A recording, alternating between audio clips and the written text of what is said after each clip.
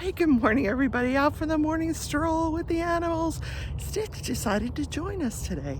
So stay tuned. I've got part 2 of the Hamilton murders, and there's a new trial that starts today. So I'll give you the highlight of that and why this man is being tried twice. Stay tuned.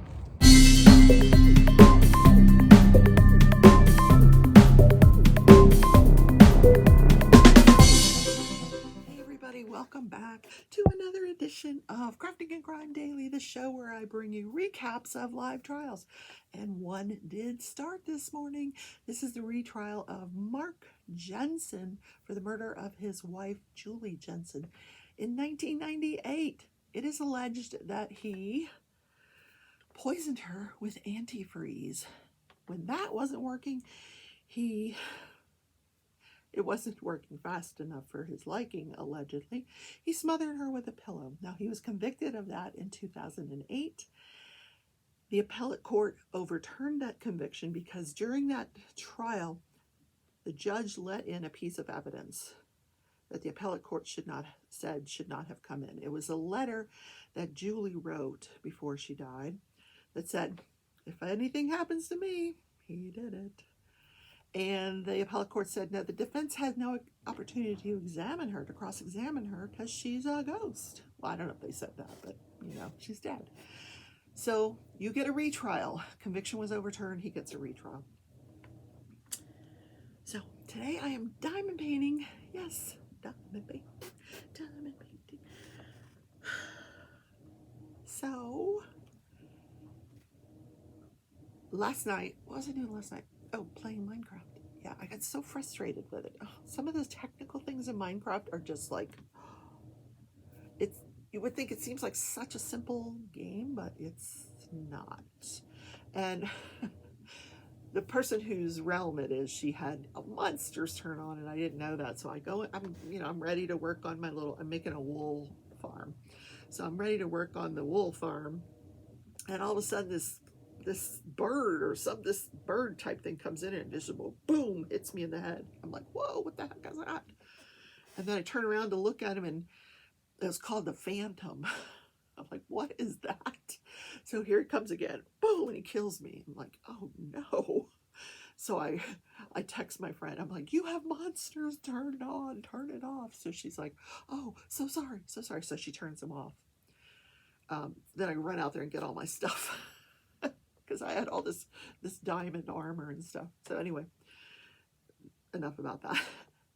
Today I'm going to finish up the true crime story of Camille Hamilton.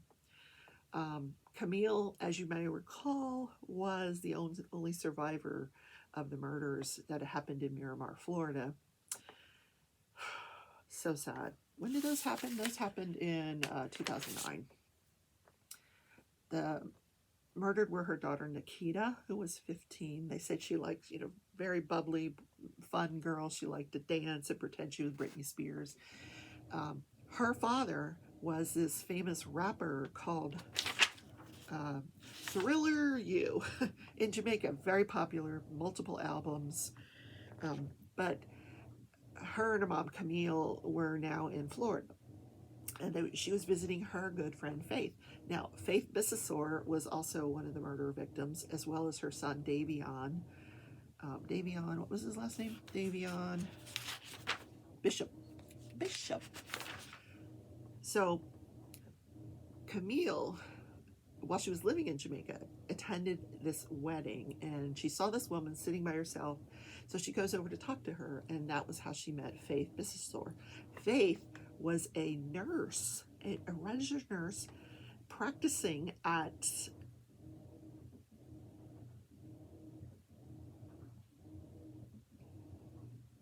in the emergency room of Jackson Memorial Hospital in Miami. Yeah, that's cool. Why does she need an armored vehicle? That never comes out. There's not much more we hear about this armored vehicle, just that she had one.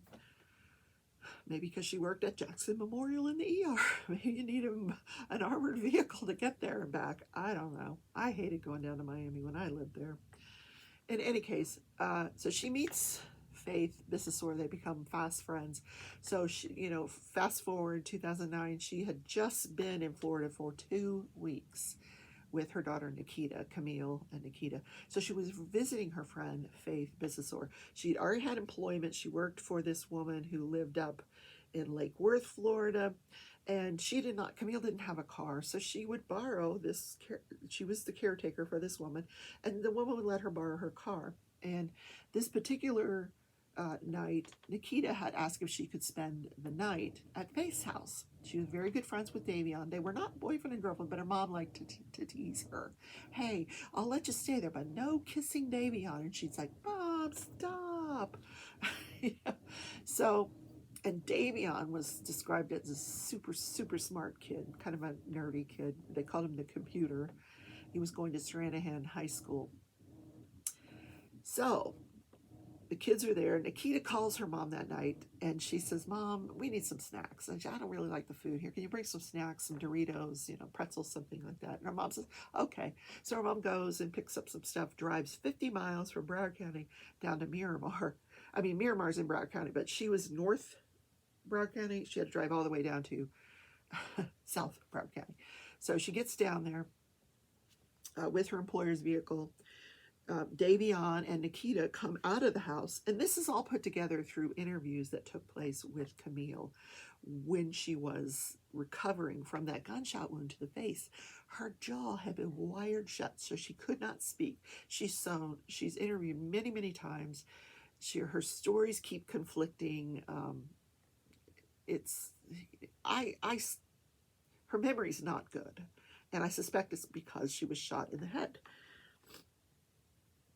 So she describes as she gets there, Davion and Nikita come out of Faith's home. They're helping her bring the stuff into the house. They thank you, Mom, and she's teasing her, hey, did you guys kiss? And she's like, Mom, stop, I used to do that with my kids too. So they're walking her to her car to leave, to the car she borrowed from her employer. They're walking her out, and this black man with a thin mustache comes up. That's how Camille describes him. Comes up with a gun and forces all three of them into the house, and then upstairs into the master bedroom where Faith Bissessor is, and he's asking them for money. Camille gives him like $80 out of her purse. So he proceeds to have Faith duct tape the kids, bind their feet and their hands. At some point, Camille is bound as well. Then the suspect puts his weapon down on the ground, and he's taping up Faith Bissesor's feet. And while he's doing that, Camille, whose hands and feet are bound, she grabs the gun. I don't think her hands were bound, her feet were bound. So she grabs the gun and she crawls over into the guest room. He follows her over there. She shoots at him twice and misses. I guess her hands were bound, because they said that's probably one of the reasons she missed. In any case, he wrestles the gun away from her, threatens to rape her, does not, and then shoots her in the face. She passes out. She doesn't recover consciousness for 14 hours. When she does, that's when she calls her friend. I don't know how she managed to get her cell phone, even with her hands bound. Calls her friend, and he's got both women, both the 911 operator and Camille on two different phones, and he's trying to figure out where she's at, and that, everything I described yesterday. That's how we got to this.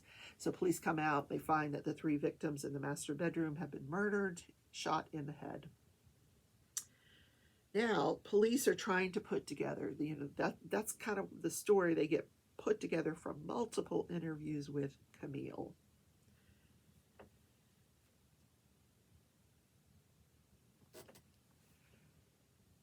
So Camille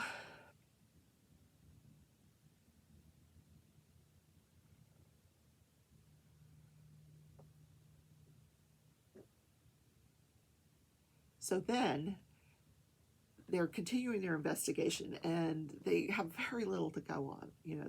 They know that Camille is giving them conflicting stories. So they're just not sure what happened exactly, what went on that night.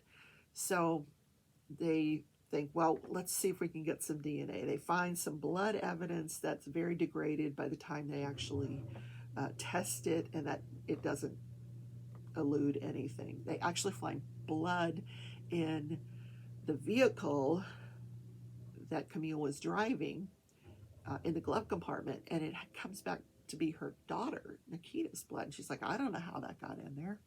They find duct tape in the vehicle that Camille was driving, but they found total 5 rolls of duct tape.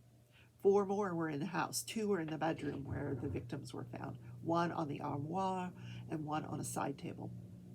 The one on the armoire was closest to the victims. So they took multiple DNA tests from this duct tape. They send it to the lab. The lab comes back and they identify 3 profiles. 1 could not be ruled out as being Camille Hamilton. 1 could not be ruled out as being a man by the name of Kevin Pratt. Now, Kevin Pratt is a drifter. The reason his DNA was in the criminal data bank is because he's been in and out of prison. He was early 30s. He's been in and out of prison for many, many things. He committed an armed robbery in 1995, where he was sentenced to 3 years. He committed,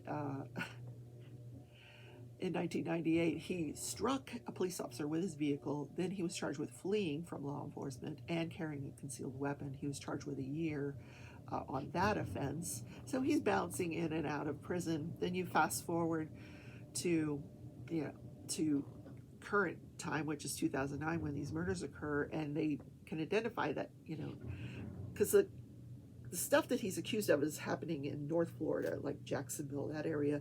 But then they find out in 2009 he's in South Florida. Because he has several run-ins with law enforcement in proximity to the times of the murder. One where he was caught panhandling at an intersection, and they asked him to move along, and he did. And another where he was stopped by a police officer. A couple of them. One right before the murders, one a few days after the murders. He's stopped by a police officer, and they both identify him as being a man with a mustache and a beard. Now, that whole facial hair identification thing it turns out to be a huge problem in this case, because she said he had a thin mustache. But what they're not sure of is, did he have a hat on? Did he not have a hat on? Because one time she says he does, one time she says he doesn't. Did he have gloves on? Did he not have gloves on? One time she says he doesn't have gloves. One time she says he does have gloves. One time she says he has a shirt over his face. Very conflicting stories about this gentleman. So they decide they're going to interview him. They don't have enough stuff to arrest him yet, but they're interviewing him. And he decides he's going to appear at the interview without a lawyer. No, because he doesn't know why he's being interviewed.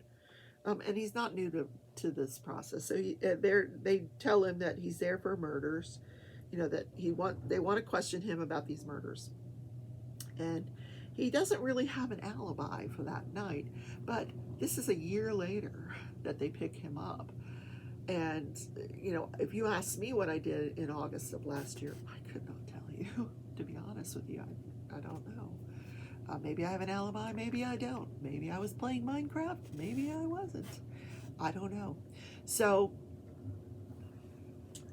they interview him, and he denies it. He says, I don't know these people. I don't know them. I wasn't there. I have no idea what you're talking about. None.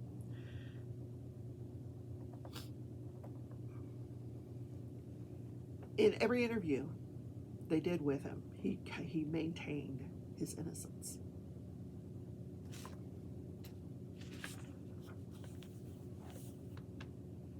So they go to the prosecutor, and the prosecutor, they say, listen, we got DNA evidence. And the prosecutor said, well, that's not enough. I'm not going to try him with that. Because it was very weak. Because there was 3 contributors to that DNA. They could only say that, because they always give percentages. 1 in a billion, 1 in 5 million, 12 million, you know, something astronomical. But in this case, they said no, and 1 in a few 100,000, which is a really, really weak DNA. And the person at the lab, the director of the lab, told them this is very weak. The prosecutor said that, no, this is very weak. Yeah, this is not enough to convict this guy. So they fly over to Jamaica, because now Camille has gone back to Jamaica. They fly over to Jamaica, and they show her several photos. They do a photo lineup. She's not able to identify Kevin Pratt as her attacker.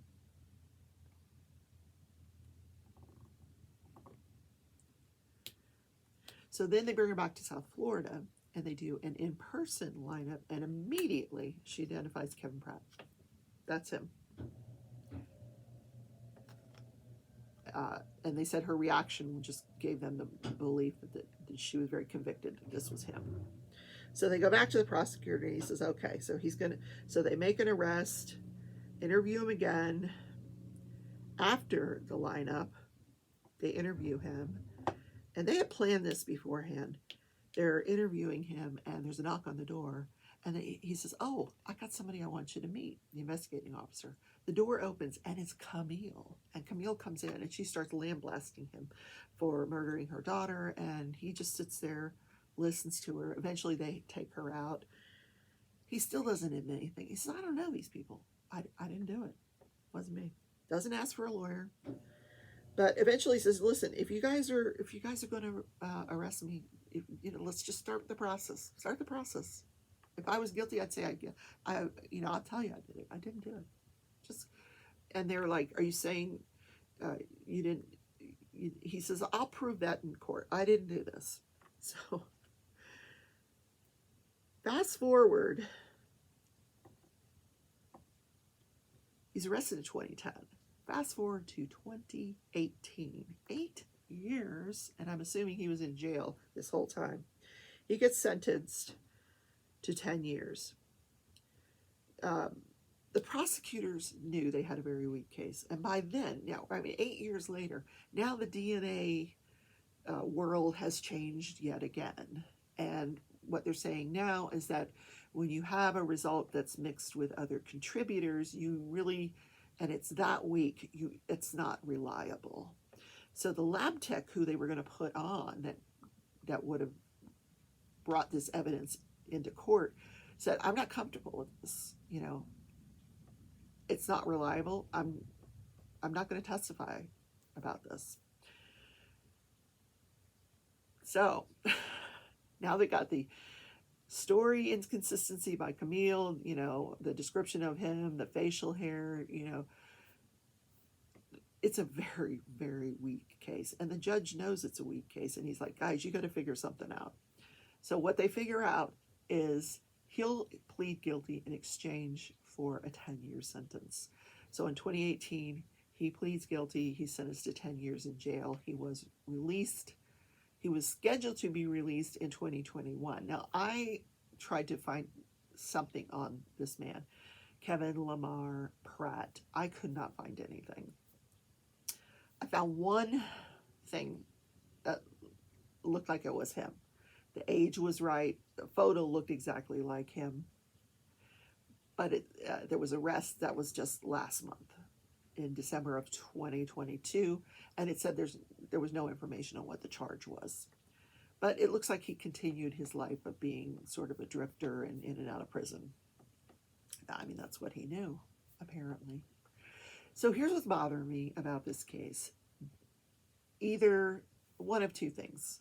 Either the wrong man spent 10 years in prison for a murder he didn't commit, and the person who did it is still loose, or it was the right man and he committed 3 murders and got away with it, basically. All he got was 10 years. Is that justice? It's so bothersome. It's really, really bothersome. Meanwhile, Camille is now living back in Jamaica with her husband, Thriller You, the rapper. I don't know if he's still rapping, but yeah. Okay, that is the story. Tomorrow, the antifreeze story. Yep. I'm going to look back to see if I did cover that. And if I did, I'll link that trial in the description. you know, when I first started YouTube or doing the Crafting and Crime Daily show, I sometimes, if there were no trials, I would just go back and cover an older trial. And I may have covered it as an older trial because, like I said, this judge looks very, very familiar. So that's my story, and I'm sticking to it. I get to go down to the Social Security office now. How exciting! Yes. All right, short show for today. I do apologize. I'll be back tomorrow with the trial. Yes. Oh, before I forgot about my calendar. Let's take a look here. This is a weekly story. This is the bog bodies of Northern Europe. Okay. Ooh. Now I just took up part 1 and 2 by accident. All right, let's read the first one. Well, this is Tuesday. This is Wednesday. Oh my gosh. Since the 18th century, nearly 1,000 bodies have been found in the peat bogs of Northern Europe, some dating as far back as 8,000 BC. They span countries, sexes, ages, and social classes, but most have one thing in common. They died under violent circumstances. What? The corpses are typically well preserved. Skin, internal organs, nails, hair, stomach contents, and even some of their clothes remain. This is due to the biology of the bogs. A molecule known as sphagnum, found in decaying peat moss, interacts with the enzymes released by the bacteria in putrefying corpses, preventing the microbiomes from breaking down decaying matter. The only thing missing from the bodies is the skeletal system. Ooh. The sphagnum, that sounds so gross. The sphagnum makes them rubbery or dissolves them completely. Peat moss also contains humic acid, which sucks water from soft tissue, turning the skin into bronze tide. This chemical reaction allows us to speculate on violent deaths that occurred millennia ago. Let's read part 2, since that's for Tuesday. Wow. The peat cutters who found, this is the YDE, we'll call her Yid Girl in a Dutch bog in 1897 were initially scared away by her vibrant red hair, fearing they may have happened upon the devil. But a letter published in a local newspaper about the discovery attracted the attention of archaeologists who excavated the 16-year-old girl's body. They later learned that she was actually a blonde, and it was tannins in the bog that had turned her hair fiery red. They also found that she had been strangled with a woolen belt and stabbed above her left collarbone sometime between 54 BC and 128 CE. I don't even know what CE is. CT scans revealed that she had scoliosis, and the alignment of her right foot suggested she may have walked with a limp, leading to the hypothesis that she may have been sacrificed because of what would have been seen as physical deformities. Her hair told another story. One side flowed down to her chest, while the other was shorn off. The medieval mark of a cheating wife suggested the girl may have been killed because she was suspected of infidelity. What? Okay, I'm going to read part 3 because, what? Is there more parts to this? Oh gosh, this is all these different people that are found in this bog. Holy moly. All right, let's read part 3. So then we'll be caught up. There'll be another one for tomorrow. All right, so part 3 is the Kaihausen boy. The remains of a boy around the age of 7 were found by a German peat cutter in 1922 and delivered to the local Natural History Museum. These are all bodies that were found in this bog in Northern Europe. Delivered to the local Natural History Museum in a wheelbarrow. The boy was one of a few murdered children found in the bog. He had been stabbed repeatedly in the throat between 500 and 100 BC, and a defensive wound was found on his arm. His arms and legs were bound, likely to facilitate transporting his body to the bog. X-rays showed that he had an infection at the top of his femur and tibia, suggested he may have suffered from malnutrition or a disease that had affected his growth. Anthropologist Timothy Taylor hypothesized that this boy may have served as a diviner or prophet, a common role for people with disabilities during the Iron Age. It was believed that disabled people held special powers, but the job could turn deadly if their predictions failed to materialize. He was only 7. What kind of predictions could he have been making? Okay. Wow, that is crazy, isn't it? Oh my goodness. Okay. Thank you guys for watching. I'm going to be live tonight at 6:30 p.m. where I will be doing Craft With Me Wednesday. I think tonight I'm going to get out my coloring pencils and do a coloring page. So stay tuned for that. I will see you in tomorrow's video, Crafting a Craft Daily.